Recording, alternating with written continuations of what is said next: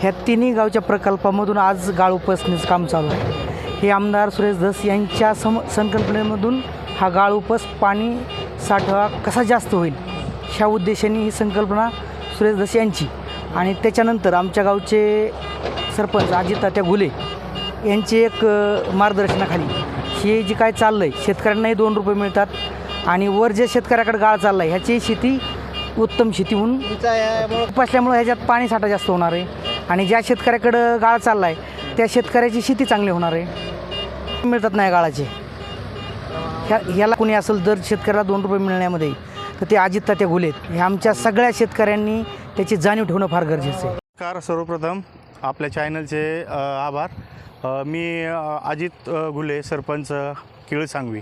या ठिकाणी हा रोटी प्रकल्प आहे आणि या रोटी प्रकल्पामध्ये हा खूप जुना प्रकल्प आहे आणि इतक्या मोठ्या प्रमाणामध्ये इथं या तलावामध्ये गाळ साठलेला आहे आणि त्याच्यामुळं पाण्याची जी साठवण्याची क्षमता आहे ती कमी झाली होती।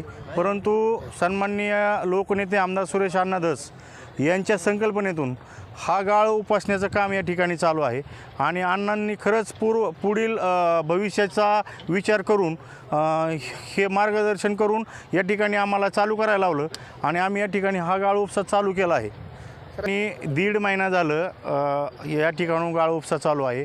रोजचे नाही म्हणलं तरी 1000 ब्रास माल या ठिकाणून बाहेर शेतीमध्ये जातो आहे। आत्तापर्यंत कमीत कमी 2 ते 2.5 लाख ब्रास माल या ठिकाणून बाहेर गेलेला आहे आणि या 2.5 लाख ब्रास गेलेल्या मालातून कमीत कमी 7 ते 8 हजार एकर जमीन या ठिकाणी तयार होणार आहे।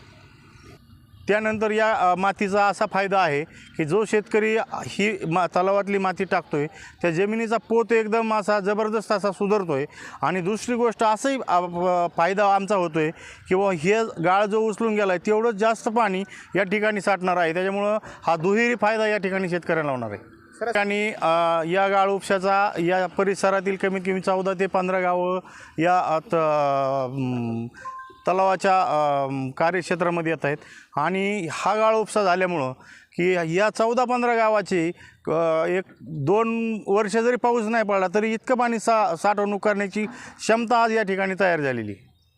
ही जी गाळ काढण्याची योजना आम्ही चालू केली आहे ही लोकनेते सुरेश अण्णा धस यांच्या मार्गदर्शनाखाली आम्ही स्वतः चालू केलेली आहे। कारण की भविष्याचा जर विचार केला तर आज जर आपण ही माती उचलली, गाळ उचलला तर तेवढंच पाणी साठवून या ठिकाणी लाखो लिटर साठवून वाढणार आहे, क्षमता वाढणार आहे आणि त्याच्यामुळं हा प्रकल्प आम्ही म्हणजे योजना सो खर्चातून म्हणजे शासकीय योजनेचा लाभ न घेता स्वतः चालवलेले आहे।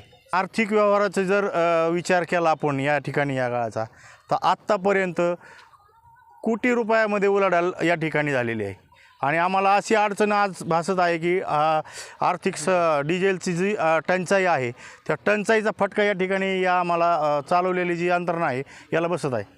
प्रशासनाला आमची एवढीच विनंती आहे की ही जी योजना आम्ही चालू केलेली आहे ही आम्ही स्वतः चालू केलेली आहे। आम्हाला सरकारचा आम्ही 1 रुपयाही न घेता, सरकारला खर्चात न टाकता आम्ही सो खर्चाने ही योजना चालू केलेली आहे आणि याच्यातून सरकारचाही ताण कमी होणार आहे। कारण की हा फायदा उद्याच्याला सरकारला पण होणार, जेवढं पाणी साचन तेवढं शेतकऱ्यांचा फायदा होणार आहे आणि या ठिकाणी मुर्शदपूर शहर असेल, आष्टी शहर असेल याच प्रकल्पातून पाणी जाते। टाकळशिंगा असेल, चिखले असेल, मंगरुळ असेल या प्रत्येक गावाला जलजीवनच्या विहिरी आहेत या ठिकाणी आणि हा जर पाणी साठा वाढला तर याही गावांना याचा फायदा होणार आहे। शेतकऱ्यांना आम्ही असंच आवाहन करतो की काय ही जी माती आहे ही एकदम सोनं आहे। ही अशी माती तुम्हाला कुठेही गेलात तरी अशी माती तुम्हाला भेटणार नाही। त्यामुळे शेतकऱ्यांना आव्हान आहे, आपल्या मातीचा पोत वाढवायचा असेल तर आपण ही माती आपल्या शेतामध्ये टाकून घ्यावी।